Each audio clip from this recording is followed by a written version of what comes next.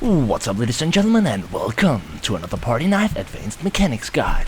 And today we're gonna talk about weaves. What are they? What are they good for? How do I play them? Should I play them? Why does everyone seem to hate them? Should I hate them? Followed by a detailed guide on all of their mechanics, which can differ from the regular game in a lot of ways. And last but not least, I've compiled a list of general tips and tricks, as well as a few key strategies to hopefully help you grind your way past 120 to unlock the final frames and icons. Anyways, I hope you guys enjoy. Initiate awesome intro.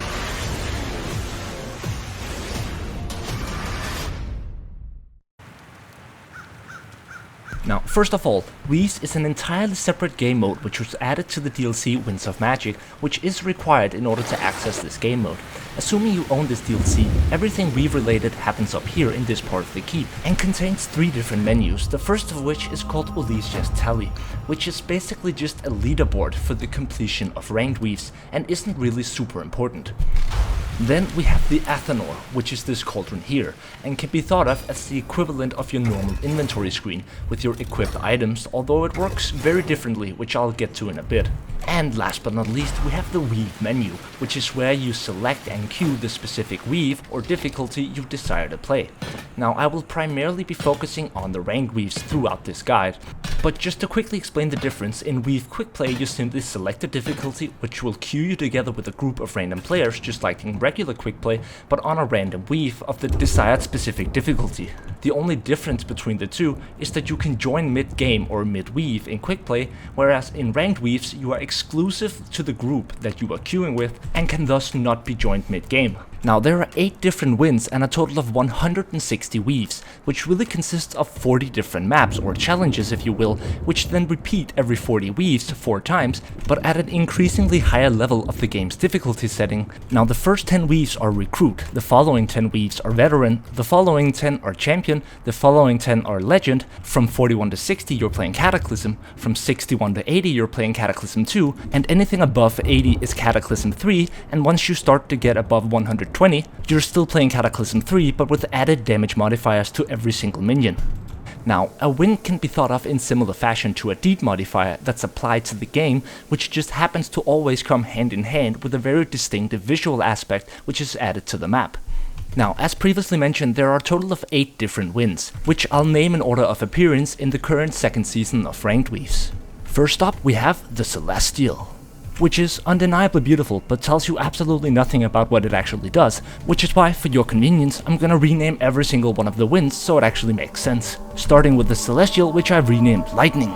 Why? Well, because this is the modifier. It's basically gonna throw thunder after your ass, which might wreck you, but can actually be used to your advantage once you learn how to play around it, since it deals a significant amount of friendly fire to enemy minions, and can even be used to stagger bosses in similar fashion to career abilities. But anyways, with that said, let's move on to the next wind, which is called the Amethyst, and immediately you're greeted by quite a more sinister look. I hope you can all agree, almost like it has a Harry Potter vibe or some shit.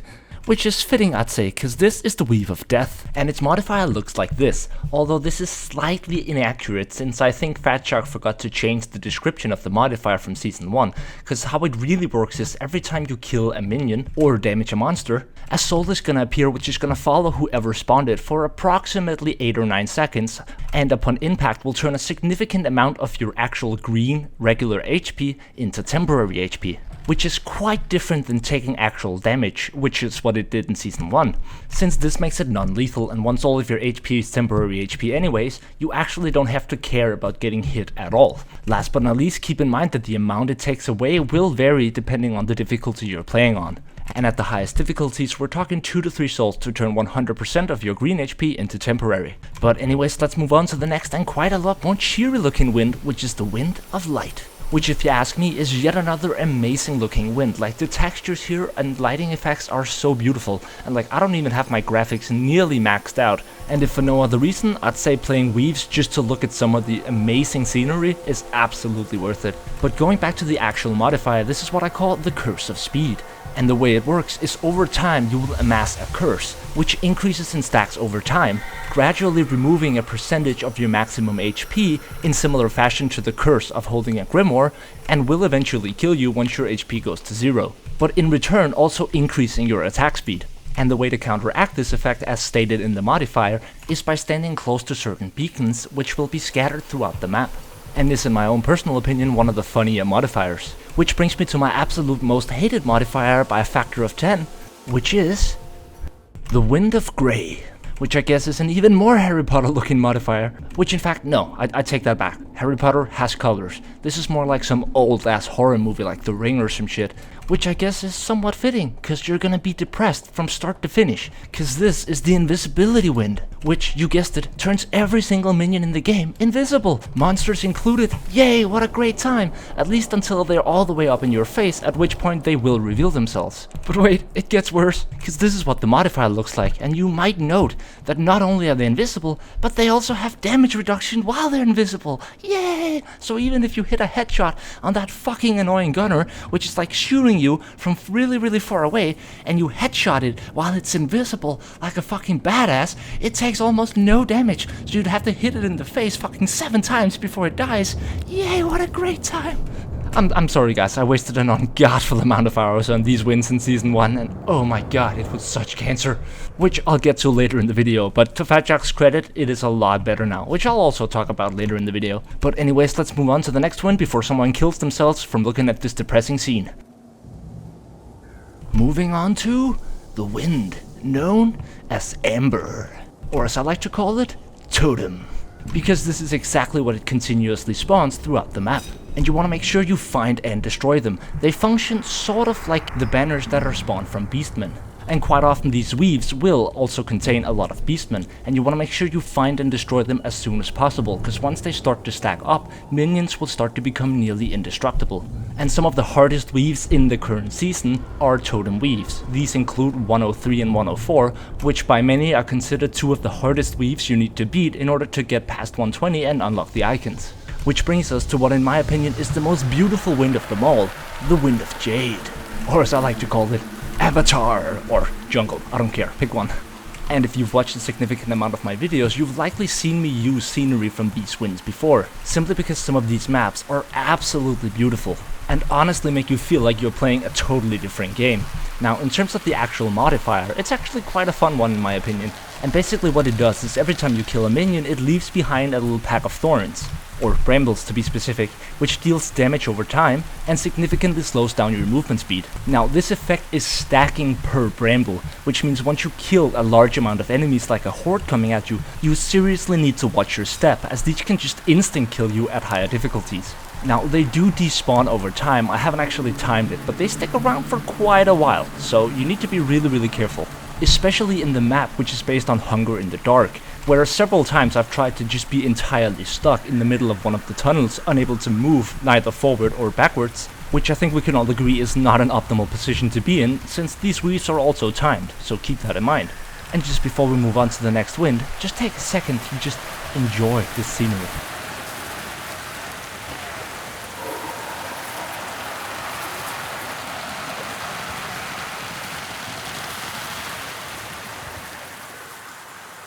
Ah, so relaxing. Let's see what would happen if we set it all on fire. Fire tornado! Ah! Yeah, don't fuck with fire tornadoes, guys. Now, this is the wind known as Bright, and being the super creative genius that I am, I've renamed this wind Fire. Cringe! And although it looks and feels super deadly, it's in fact one of the easier winds. And essentially all it does is every attack inflicted by either enemies or yourself is gonna set stuff on fire. So basically this is Sienna Heaven. And I mean, what's not to love? It's got freaking fire tornadoes! And I think we can all agree, fire tornadoes are fucking awesome. And honestly, these winds are quite beautiful as well, in their own way. Although they do have a shit ton of background noise that I had to actually reduce a little bit, because it was simply just too loud. As you might be able to hear as I removed the noise cancelling. But anyways, not much more to say about this wind, so let's move on to the final one. The Wind of Gold. Money, money, money, money! Which offers yet another pretty scene and gigantic swords in the background. But really, this wind is all about armor. And what it does is it toughens up armored minions, making them significantly harder to kill. However, in return, it grants a one-time non-stacking buff, which essentially deals damage to all minions in an area around you, and probably falls somewhere in the middle in terms of the added difficulty provided from the wind. Now, just quickly before we get to the tips, tricks and strategies, I want to talk a little bit about the current state of weaves and why they have such a bad reputation. Now, here's the thing guys, and I'm gonna be honest and not sugarcoat it at all. Season 1 of Weaves was an absolute train crash, there's no doubt about it. It had so many issues that they're almost hard to list. Like for starters, and the absolute worst was performance issues. The particle effects would make every single player lag continuously. And it just got worse and worse as you progressed above week 40 and started getting large amounts of minions. You would just lag, you would have delay, like input delay, serious input delay. Now add on top of that the damage modifiers added at high level weaves went as high as a 10x multiplier, which basically meant that you got one shot by everything, and I mean everything, not just minions, like gas, fire, like almost everything. And the meta ended up being having 3 players which essentially just functioned as a shield, and you would have a Sienna with burning damage that you basically just blocked. And that's before you even start going through all of the crashes and issues you would have at specific weaves, which essentially just meant you got stuck so fucking easily. And I specifically recall weave 94 if I remember correctly, which ended up taking me something like 3 weeks of grinding, because almost every single host would crash due to a sound bug. So basically everyone had to set their sound to be 2-dimensional, meaning you could no longer hear where minions were coming from. On top of that there were the performance issues. On top of that there was the fact that pretty much everyone would crash except the host once you found the right host. Then you would have to use a glitch afterwards, like the host would have to run to the end, wait at the end event, for everyone else whose game had crashed, who then had to use a glitch in order to rejoin the ranked weave, because you're not supposed to be able to rejoin, and once they rejoined you could then start the end event. Which again you then might lose, in which case you had to redo the entire freaking thing. And well, that was the cancer you had to go through in order to grind up to get the icon last season, which understandably so turned a lot of players off. In fact, once Season 2 started, I refused to play Weaves. I just didn't think it was worth it. I remembered the hours of grind and the hours of misery, because like the largest issue was the fact that you weren't having fun. I was playing to get the icon, and I wasn't having any fun. And in fact, it wasn't until someone on my friend list had asked me repeatedly to help him because they were one guy short, and I eventually accepted and realized that, wait a second, I'm actually enjoying myself, I'm having fun. I realized the performance issues were gone, which was the major flaw Weaves had in Season 1. But on top of that, they've also reduced the damage modifiers so that actual regular human players have a chance. And credit where credit is due, Fatshark have actually fixed at least 4 out of 5 of the major pressing issues that Weaves had, and now they're actually a lot of fun, and a game mode that I think almost every player would enjoy, although there is still one huge remaining issue, which is the lack of players in the queue, simply because Weaves have such a bad rep. And as I just mentioned, there's a very good reason that Weaves had this bad rep, but honestly I don't feel like they deserve it anymore.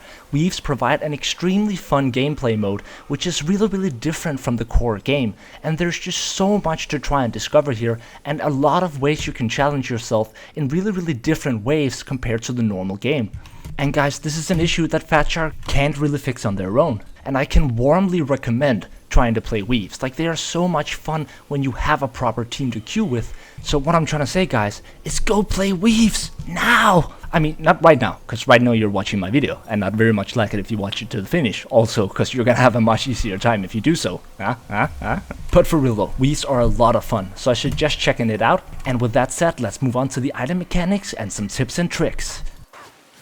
Now, as previously mentioned, the Athanor located here essentially functions as your inventory. And the first thing you want to know, which is something I'm unable to confirm myself but have been assured is true, is that even if you're not planning on playing Weaves right now, you want to make sure you go and play at least one Weave, since this will allow you to farm essence even while playing normal maps, which I recall being the case, but I really just wasn't aware that you had to go and play one Weave first in order to activate this, and I can't really test it without going on a separate Steam account and purchasing the game again. Now, essence is essentially the currency you're gonna use to both purchase and upgrade weapons, and using my superior mathematical skills and totally not a calculator, I've come to the super genius conclusion that purchasing and fully upgrading any weapon costs a total of 22,750 essence, and will gradually increase the weapon's power and mastery. Mastery being what you're gonna use to apply properties to the weapon. Now, one great thing about Weaves is there's no rerolling. You can simply apply something, remove it at no cost at all, meaning you can practice around a lot more with different builds. Although you should probably not do what I've just done here, since this is pretty retarded. And also don't forget to click equip whenever you purchase a new weapon. This might seem obvious, but I guarantee you I've seen this happen, and it has happened to myself so many freaking times. So although it may seem obvious, I thought I'd mention it nonetheless. Now, building your hero is quite a lot different once you reach the high level weaves, by which I mean something like 61 or at the very least 81 plus. So these tips are not necessary for all of the lower tier weaves, but you definitely want to use block cost reduction on high level weaves. I don't care what weapon you're using, you're gonna need block cost reduction, because you're gonna need survivability way more than you're gonna need damage. You might also want to put on extra stamina, although it's not necessarily necessary.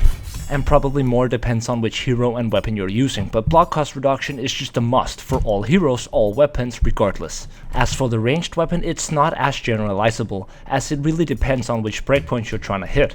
Use Chaos Infantry if you want to kill Chaos Specials, and use Skaven Infantry if you want to kill Skaven Specials. Now, one of the first things you want to do is upgrade your Athanor, which can be seen in the top right corner. Essentially what this does is unlock all of the properties that you're going to apply to your items. Although there's no need to upgrade it past level 24 if I recall correctly, because after that you're not actually unlocking any properties. And the remaining 6 levels are merely because I had nothing better to do with my essence. But you should be able to see this by hovering your mouse over the Athanor in the top right corner, and it should show any properties that you're going to unlock by doing the upgrade. Now, once you actually get into the Amulet of Assure, you're greeted by 3 different circles, which in a nutshell represent your charm, your necklace, and your trinket, whilst the larger icons on your left are your talents. Now, one of the most important things to do is to build 30% block cost reduction, 2 stamina, and then filling the remaining 3 circles with health. Now, one thing you might have noticed is that adds up to more than you could have ever applied to your necklace. And that's because the stamina in this case only takes up 20% of your actual necklace, where it would have normally taken up 50%. And remember that you can just apply and remove any trait as you see fit, allowing you to customize your properties for whatever weave you might have issues with at the moment. Now, another really important trick on the equivalent trinket is that once again you can get 5% movement speed for the equivalent of 10% of your properties, which is just universally worth it, as you're basically trading it for the equivalent of something like 1% crit chance. On top of that, I suggest always running 30% stamina recovery, again regardless of the hero or class. And as to things like explosive ordnance or shrapnel, well, it really depends on the weave. Are you gonna fight multiple bosses, or are you fighting an army of shielded stormvermins? Now, keep in mind, if you want to try out new things, this is the optimal place to do so, since you never have to worry about rerolling any items. Now, one more thing I want to cover about the actual weaves that you might have noticed is that they have different objectives for obtaining essence. Essence in this case being the thing you need to grind during the weave in order to unlock the end event, and not the actual currency you're gonna use for items. The most basic of which is Slaughter, where you simply need to kill minions in order to obtain essence. Now, you have to kill minions in all weaves in order to obtain essence, but more often than not there's an objective attached to the weave, which, whilst not technically required, more often than not is absolutely necessary in order to obtain enough essence to unlock the end event. Now, the first one is listed as Shatter Essence Chunks, and basically all you have to do here is locate a bunch of crystals and give them one shot, at which point they'll pop,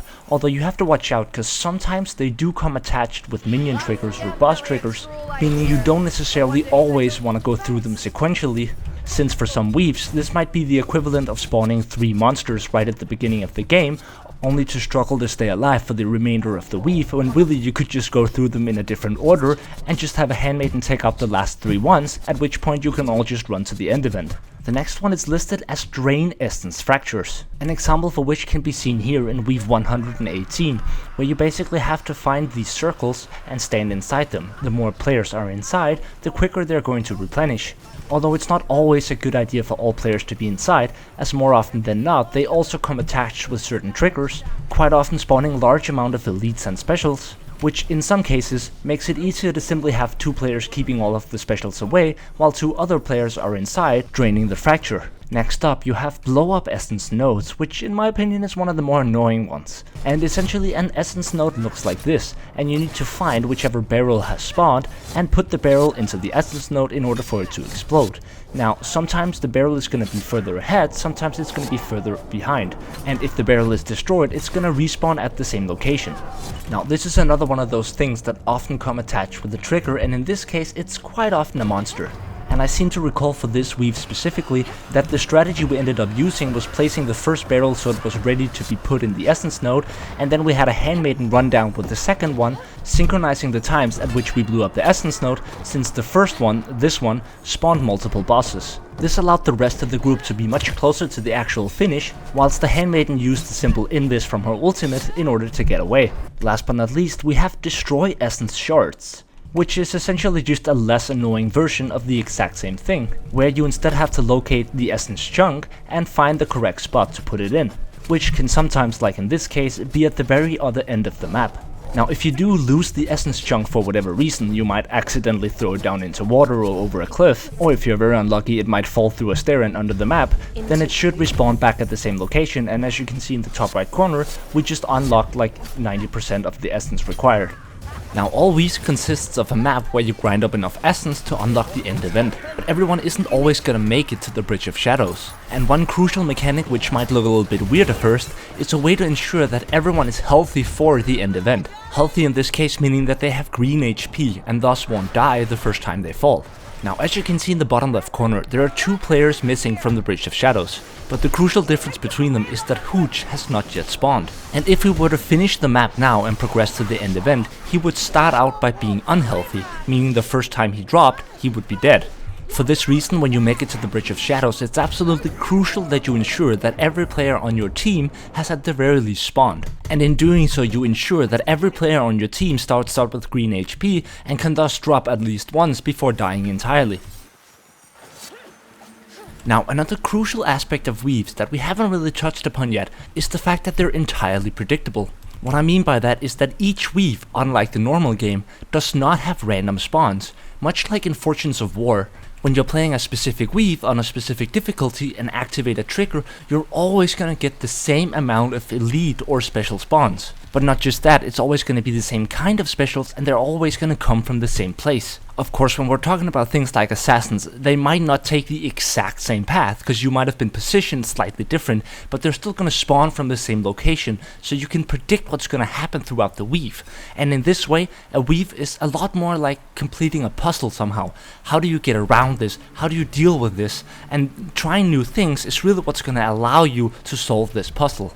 However, one thing that's absolutely crucial that we haven't really touched upon either is team composition. More specifically in relation to the completion of very high level weaves. And the first hero that springs to mind immediately is Handmaiden, no surprises there. Now, the Handmaiden is simply crucial for so many reasons that I'm not even gonna list them all, but simply she's just so good at completing objectives, plus she has this 100% stamina regeneration aura, and just in a general sense, she helps keep the team alive in so many ways. And having a good Handmaiden player is absolutely alpha and omega to the completion of high level weaves. Up next, and arguably the second most important hero, we have the Battle Wizard. Now, the Battle Wizard provides 3 primary things: unrivaled AoE damage, insane crowd control from her conflag staff, which helps to control minions and keep the team alive, and last but not least, her double ulti, which has a multifunction of keeping the team alive by providing easy resurrections, as well as the ability to have an easy time pushing bosses over ledges.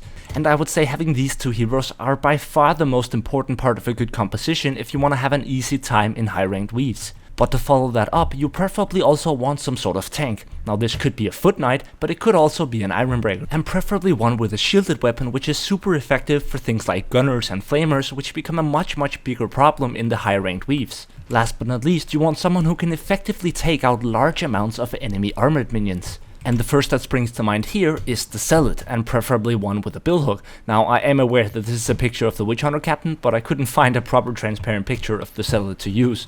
And really, the Witch Hunter Captain is also an option, although he has much less survivability, so it is a riskier choice. But most importantly, you definitely want to stay away from certain classes. These include the Huntsman, the Slayer, the Bounty Hunter. Not because I have anything against them or because there's anything inherently wrong with them, but at these high level weave difficulties, they simply die way too easily. And if you want to have an easy time, then I suggest staying away from them. Anyways, that's all I had for you guys this time. Thank you guys so much for watching. If you want to support my little channel here, then please don't forget to like, comment, and subscribe.